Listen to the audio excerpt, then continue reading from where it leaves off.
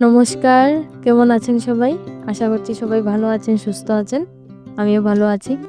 আজ তো লক্ষ্মী পুজো, তাই সবাইকে লক্ষ্মী পুজোর অনেক অনেক শুভেচ্ছা ও ভালোবাসা।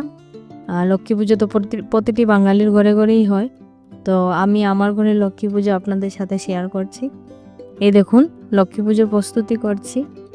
আর এইখানে লক্ষ্মী পুজো বলে কথা, তো আলতা তো দিতেই হবে। আর এমনিতেই আমার আলতাটা দিতে খুব ভালো লাগে। আমি প্রত্যেক বৃহস্পতিবারেও দেওয়ার চেষ্টা করি। কখনো কখনো মিস হয়ে যায়, কিন্তু বেশিরভাগটাই দেওয়ার চেষ্টা করি। এই দেখুন, আমি তৈরি হয়ে গেছি। তাহলে চলুন এখন আপনাদের সাথে শেয়ার করব। অনেক কাজ বাকি রয়ে গেছে, মানে এইদিকে পুজোর কাজ মোটামুটি কমপ্লিট হয়ে গেছে। এখন আলপনা করব। তাহলে চলুন আমার সাথে, দেখতে থাকুন, সঙ্গে থাকুন।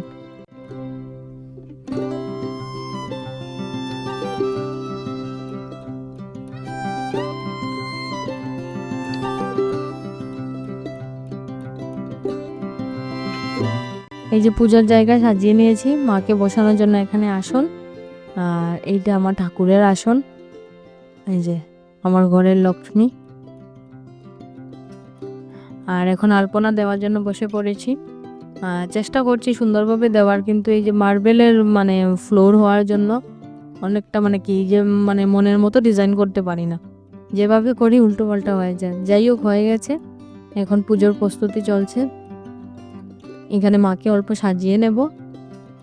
আর এই যে এখানে আলপনা দিয়েছি, অল্প অল্প করে যা পেরেছি তাই দিয়েছি।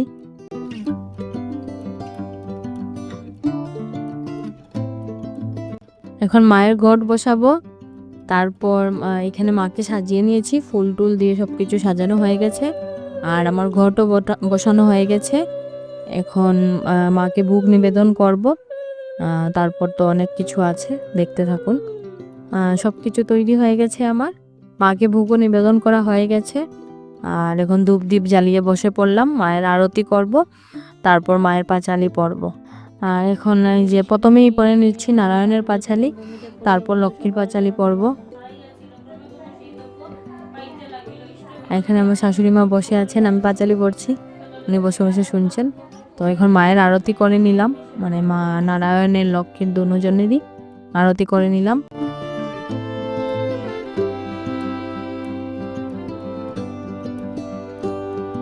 আমি মাকে বলছিলাম, উনাকে বলছিলাম আরতি করার জন্য, উনি আরতির তাপ নিচ্ছেন। মাও আরতি করে নিয়েছেন। তো ব্যাস আমাদের লক্ষ্মী পুজোর আয়োজন হয়ে গেল, দেখলেন মোটামুটি শেষ হয়ে গেল। এখন চলে আসলাম ছাদে।